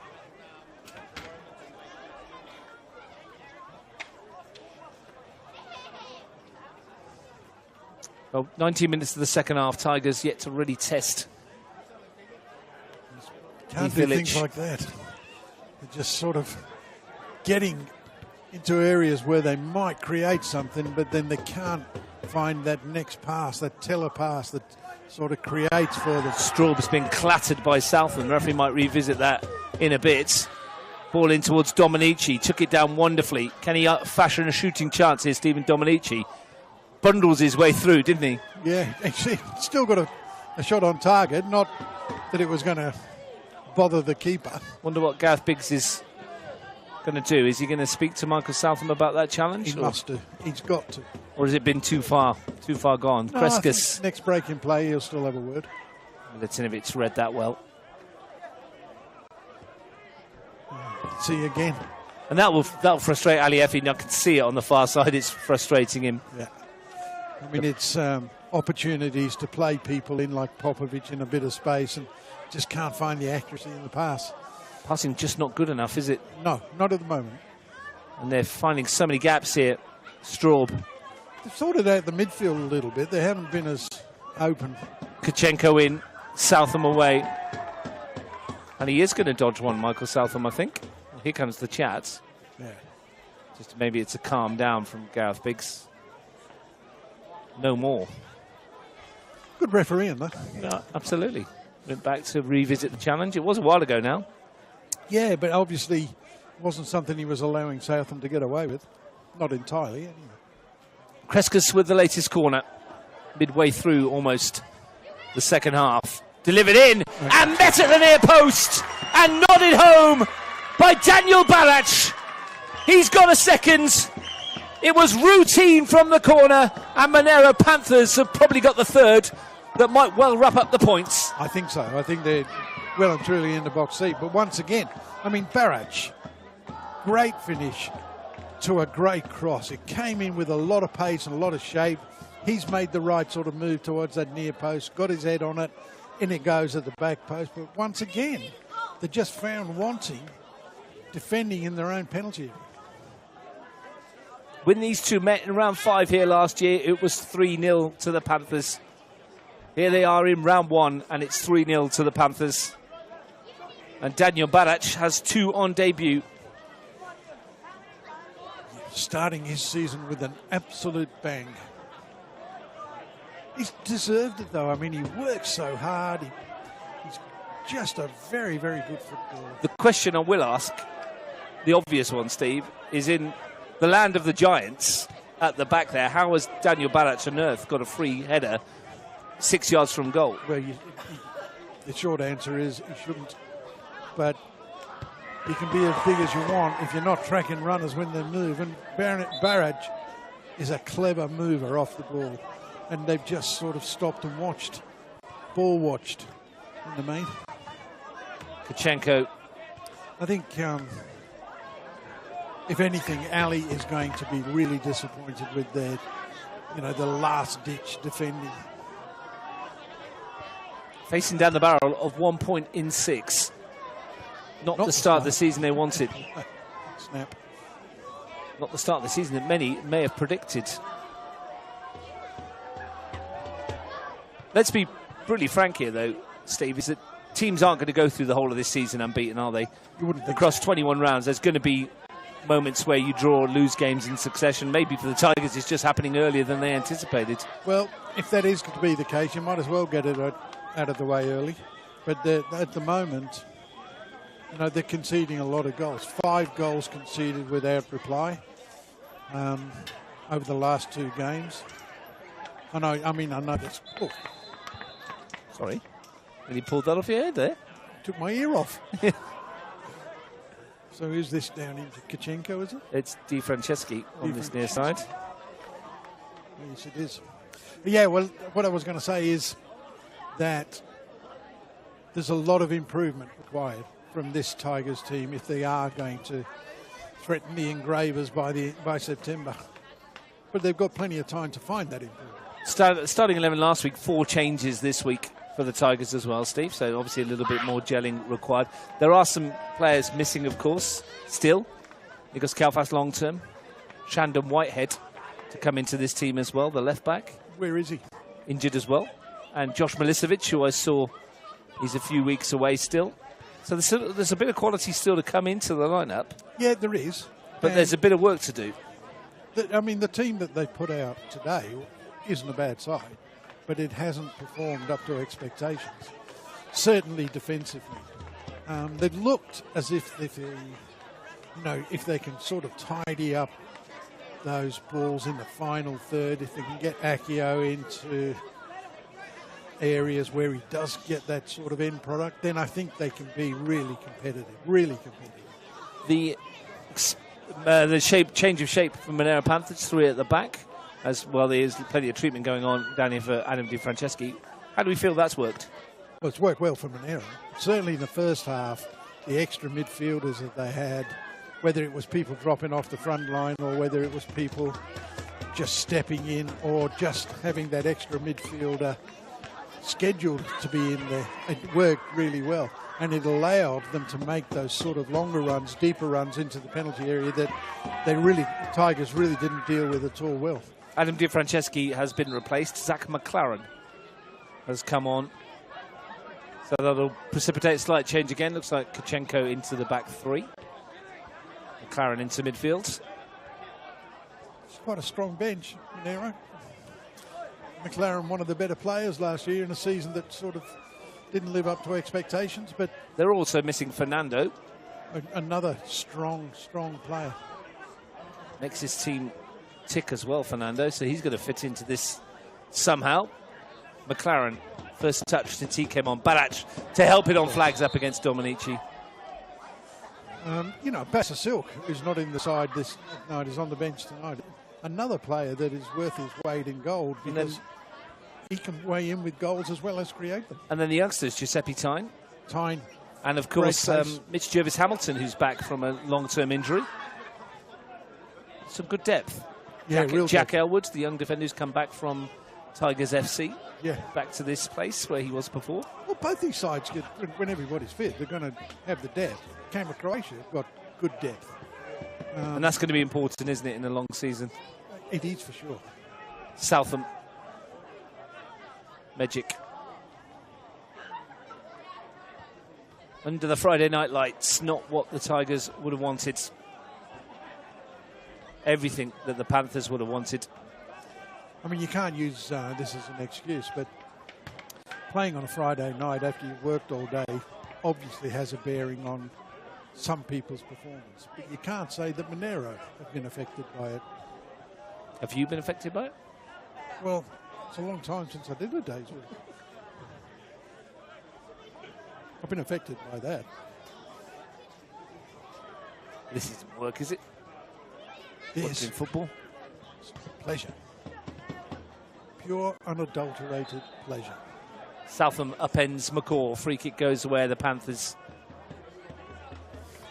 got early, Piccolo, but Gareth Biggs is not having a bar of that. I guess from a Monaro point of view, it's now about keeping a clean sheet and making sure everybody stays on the park. Adam Di Franceschi is still getting treatment down here to the right calf. I wonder if it's less than cramp and it might be something a bit worse. If he's done a muscle in his calf, he might be out for a little while. Yeah, you wondered if it was cramp at the early stage of the season, but it seems to be a little bit worse than that. Prescus into the area. Deep Jones almost got on the end of it. Straub, and then popped goalwards by McCaw. Needed all his height. Tried to trip William Lejeune. To get it quite high to beat Lejeune.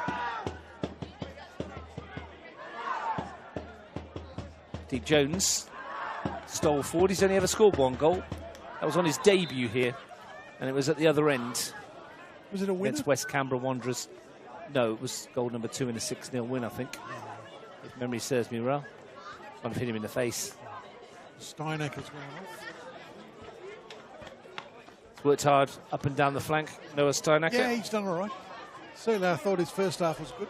Angus Bailey comes on, so nominally a midfielder himself, so we'll see what that does to the lineup again. Looks like they've gone to 3 at the back. Well, they may as well have a go. Yeah. Whittier. Offside. Again. No excuse for that.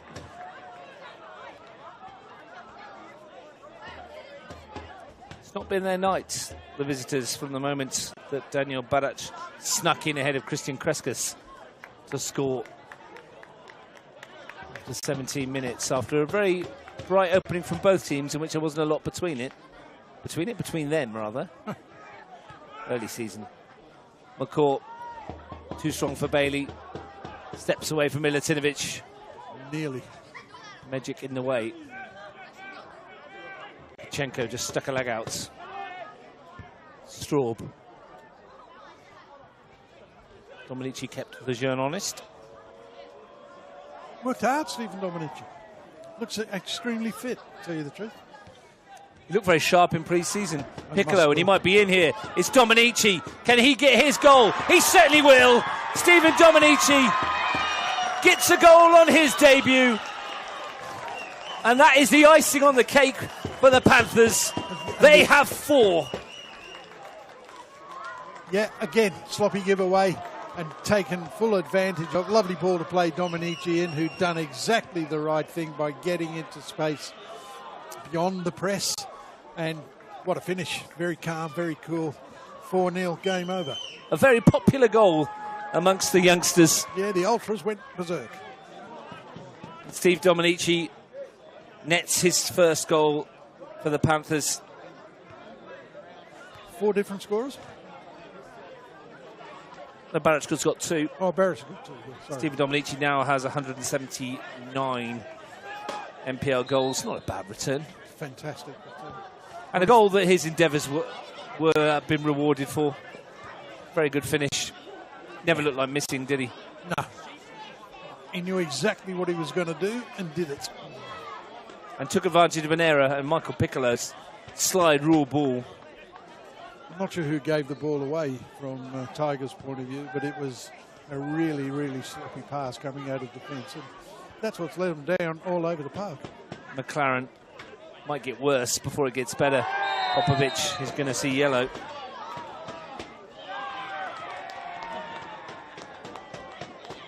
Don't know what he's arguing about. It's just a lazy challenge.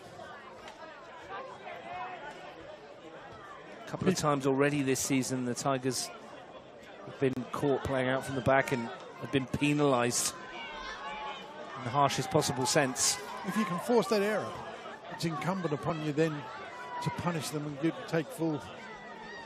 Well, the cup tie on Wednesday now takes on a whole different meaning for the Tigers as well, to kickstart their season. Yeah. They certainly don't want to go any further behind, and there's plenty of time for Monaro to get more goals.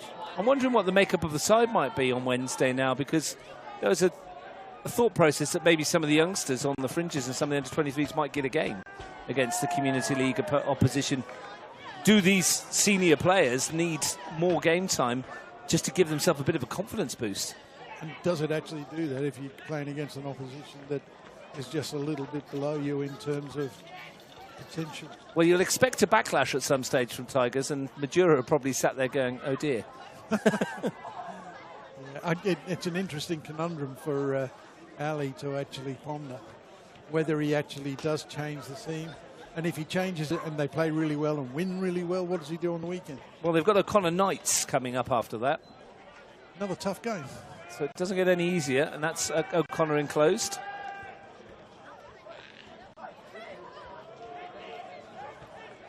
I think even the most one-eyed Panther supporter would be probably honest enough to admit that when we got here this evening and we were talking pre-match about this match, they may have predicted a win, but I doubt they thought it was going to be 4-0. I don't think they expected it to be this comfortable at all. Yes. None of us did, I don't believe. No, I mean, we said, didn't we, that we thought it would be a tight game, might be the odd goal that settles it, and in the end it's been an absolute smacking. As per usual, though, these two have turned up with the goals. Another 4 to add to that 101 tally that now stands at 105, because my math is great. And we get a free kick. Maybe they can get Maybe there's more to come. We've still got 12 minutes plus stoppage time to play. Nick Taneski. Well, they won't give up here, the Tigers. Can Taneski find a way back in? Goes for the near post, helped on its way, off the post and in. Sam Whittier, I think it was Milutinovic, I think. Well, final touch, I believe, might have been Whittier's off the posts. Whoever, anyway, has stabbed it in. In fact, I think it's Angus Bailey. Through the crowds. Yeah, consolation goal. That's something that at least they can take away and say, we didn't give in, we got one back. But they've... If you're at home and you could confirm that for us, I think it was Bailey after it came back off the post amongst the crowd of players who may have they're in again. Prodded it over the goal line. Well, if 2-0 is a dangerous scoreline, 4-0 is doubly so, right? Oh, half. Whichever way you look at it.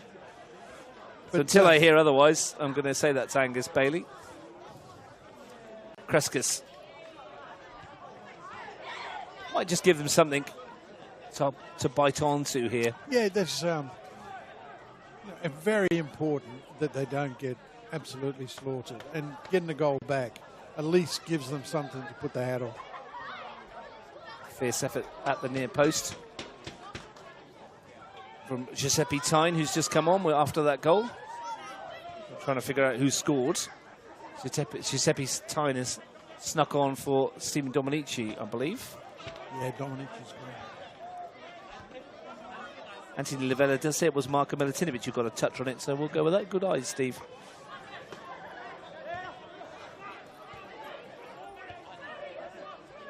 Through the crowd of players.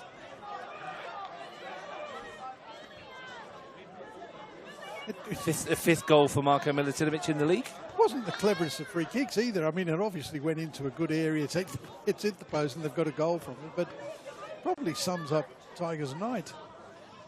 First time they've had any bit of luck at all. It was messy, wasn't it? But Milutinovic who gets the last touch over the goal line.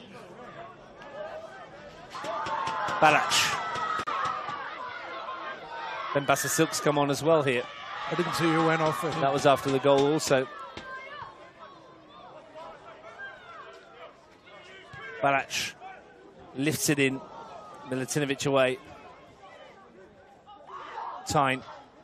Oh, good save, but it's Bassasilk, and it's 5. The substitute, who's only just come on, gets a simplest of tap-ins, and even the consolation doesn't help the Tigers as they ship one at the other end, and the Panthers are running riot.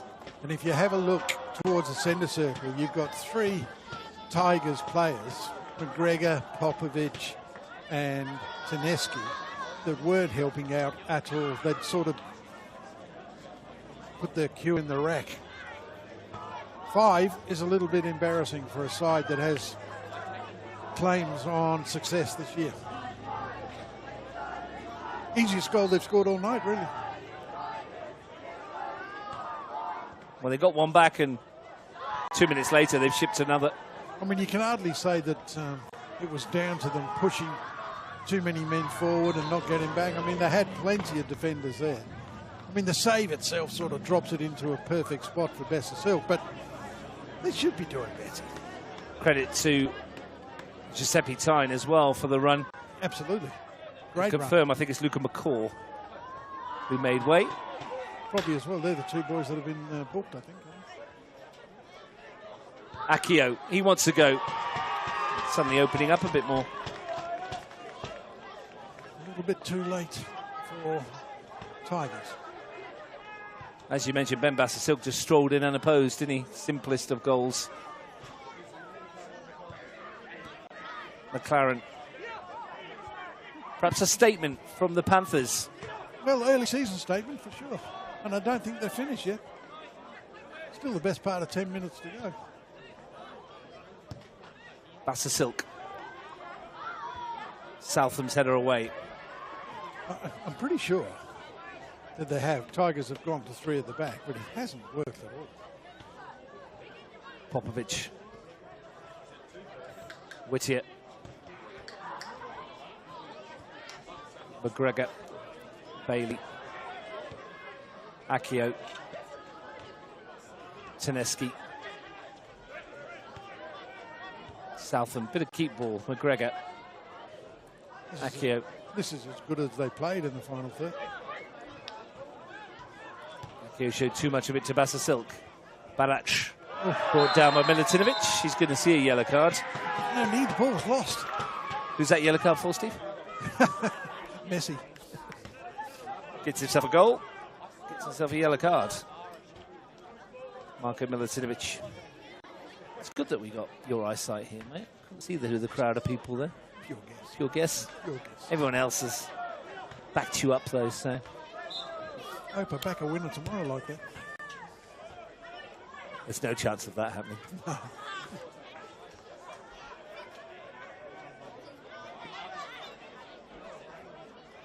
Tyne.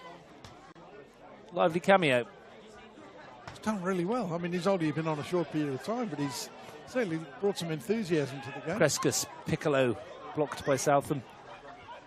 Ogwa, who's not really been able to dictate proceedings. No, he's looked a little bit off the pace tonight. Been out injured for a while, Tomohiro Ogwa. Yeah, and you've got to give him a bit of time to get back into the swing of things. I mean, he's just too good a player not to find form. Ooh. Breaks for McGregor. I spoke to Ali Efe in the week. He did suggest that maybe Tomohiro Ogwa wouldn't get as many minutes as he's actually getting here, but I think needs must at one stage, didn't it? Here goes Barach. Yes, if he thinks he's struggling for... I mean, if he doesn't... I mean, you're not going to win it 5-1 down. So but the changes have all been made, so I think that's why he's still out there. It's not a lot he can do about it now. But maybe at 4-0 he could have given him a rest. I'm sure he wanted to stay out there, Tomohiro Ogwa. There's be some pride hurting here, and they might get worse. The pace of Crescus, plenty to hit in the middle if he can get it across the penalty area. Hang on, held on to it for perhaps a little too long. I think he was waiting for people to get there. The gamble and send it across. Giuseppe Tyne had half a yard on his man there. Nick Taneski's got more than half a yard here on Robbie Kachenko for the time being. And he's twisting and turning. And that's a decent save from Heath Illich. Best we've seen of Nick Taneski. By a long way. By a long way.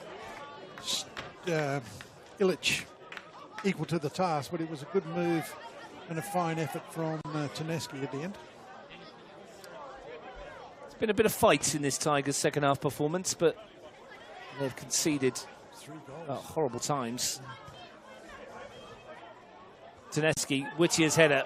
Half-hearted shouts for handball. Nothing doing. Ogwa. Whittier went down again, and he's disgusted he didn't get a free kick there. Foul, did it? Gaia with a tired-looking clearance. Southam. Akio. Nice turn from William Akio. And he's teed up Nick Popovic here. And that's another fine save from Heath Illich. He's loving that, the goalkeeper. Formerly of the Tigers, of course. Denying Nick Popovic. 2 good saves in quick succession. Yeah, I mean, has he put a foot wrong? No, I don't think so. He's done really well. Maybe should have done better with the free kick that led to the only goal from Tigers, but... Well, it was the touch of the near post that did for him, I think, didn't it? That came off the post. Yeah, may well have done. I'm not sure who got that initial touch, but someone did. Taneski to swing it in towards the far post. Milutinovic climbing for it. Marco Gaia is happy to keep it in. We've got 2 minutes and a bit of loose change plus stoppage time to go. They've been too good. It's a comprehensive victory from a Monaro Panthers point of view. And Ali Efe, his frustration's got the better of him. And he's going to get himself a yellow card as well. A little bit silly from the head coach. I don't know what example he's setting. What on earth was that for? He is not a happy man at the moment over there. Yeah, well, it's not the referee's fault that he's 5-1 down. I'm not sure that was aimed at the referee, to be honest, Steve. I think it was because of the free kick that's been given. I think it's a combination of a lot of what he's seen in front of him tonight from his group. But they will regroup, and they will need to. And whilst this has been a top-class Panthers performance, it's fair to say this Tigers team is better than this. Oh, this is not the best we've seen of them, that's for sure. They'll improve out of side. I guess if you played this game again in 2 or 3 weeks' time, you would not get a result like this one. It would be a lot closer. I'm struggling, and you might be able to help me out. I'm struggling to think of chances that they've missed. Tigers? Panthers. Most of them have ended up in the back of the net. Oh, there was a couple. There might be a couple more here. Piccolo, Kreskas. Will he get half a dozen? Good save by Lejeune. Great save.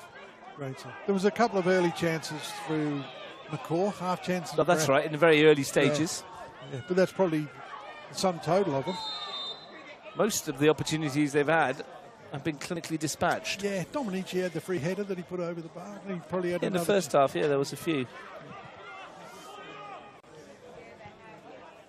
Akio. Still full of running.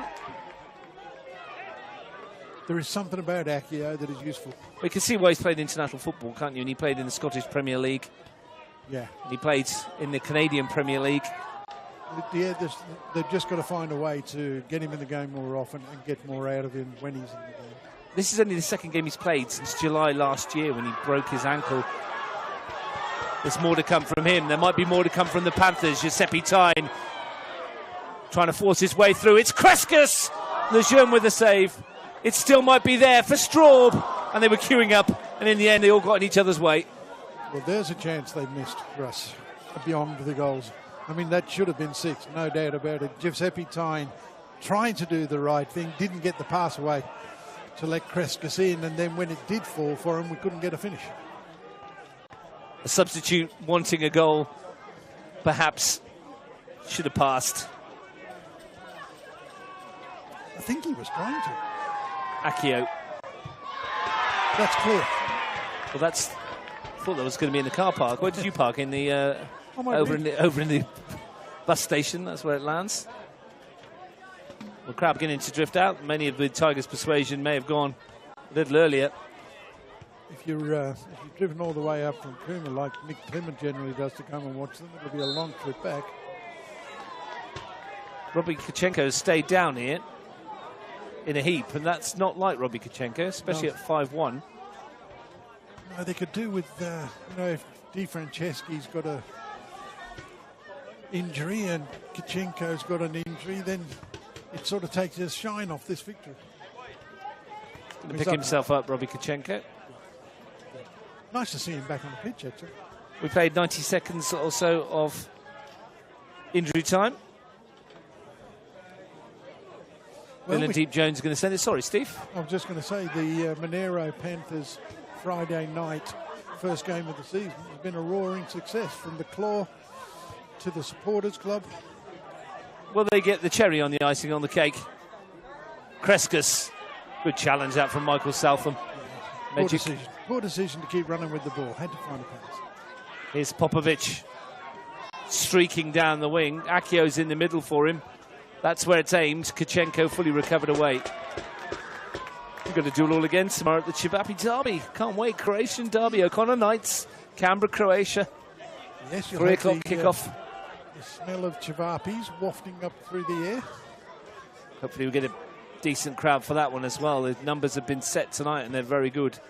This is a good crowd. I mean, tomorrow, we're talking about Tigers trying to get themselves back on track in a midweek cup game. O'Connor Knights, after their collapse during the week, are facing a similar sort of situation. There's a chance here for Popovic. The charge down sets him in on goal, and he finishes with unerring quality. Nick Popovic doing what Nick Popovic does, 3 minutes in to stop his time, but it is scant, if any, consolation. 2 goals in 2 games for Nick Popovic. Took it well, but again, it came as a result of sloppy play out of the back. Ball goes to a free Popovic, and he doesn't miss those. That's for sure. 7 goals. These teams always give us goals. It was worth coming out, wasn't it? 7 goals. But I'm afraid scant consolation from Tigers' point of view. That'll make Panthers cross though. Yeah, that they've conceded a goal so softly. I mean, it's a good finish from Popovic when he got in. Needed to be taken in. He took it superbly. But at 4-0, you're thinking, and I think I mentioned it earlier on, keep a clean sheet. Don't get people sent off. Don't have injuries. And in fact, they've got the injuries and they've ended up conceding 2 goals. So 2-1 down in the last 14 minutes. Absolutely. Something for Tigers to look at and say, well, we can compete. Finished strong, the Tigers, with a couple of late goals, but by then it was far too late. Monaro Panthers winning the Battle of the Big Cats, and winning the Battle of the Big Cats very comfortably indeed. Steve Forshaw, performance all around from the Panthers, but any particular players stand out for you? I thought Piccolo was very good, certainly in the first half. I don't think if you looked at the Monaro team, there was too many bad players in there. There's certainly room for improvement on both teams, but Monaro have won this game. They've won this game comfortably. They've laid down an early marker in the season that they are going to be one of the teams that you'll have to beat if you want to be successful. Tigers have got some work to do, but as you suggested, they do have players to come back, and they had good players on the bench, and maybe Elias has got to look at it and say, did I get the selections right in the first place? By and large, thoroughly deserved victory from the Monaro Panthers. Well, they will come back, no doubt, stronger from this. The Tigers, look out, Majura. They're coming for you on Wednesday. But Monaro Panthers with 4 debut goals today. Daniel Balac with 2 either side of a strike from Michael Piccolo. Stephen Dominici made it 4. The 3 ex-Canberra Croatia players bagging 4 for the Panthers. The 5th came late on through Ben Bassett-Silk, tapping home after Giuseppe Tyne's shot had been saved. Just prior to that, Marko Milutinovic had scrambled home for the Tigers. Nick Popovic netted his second in 2 games to bring the scoreline a little bit more respectable for the Tigers. But in the end, it's those in green and black who will be able to roar loud and proud into the Queanbeyan night air, because the final score here at NPL Round 1 at the Riverside Stadium, now Strider Park, under their new debut name, is finished Monaro Panthers 5, Tigers 2.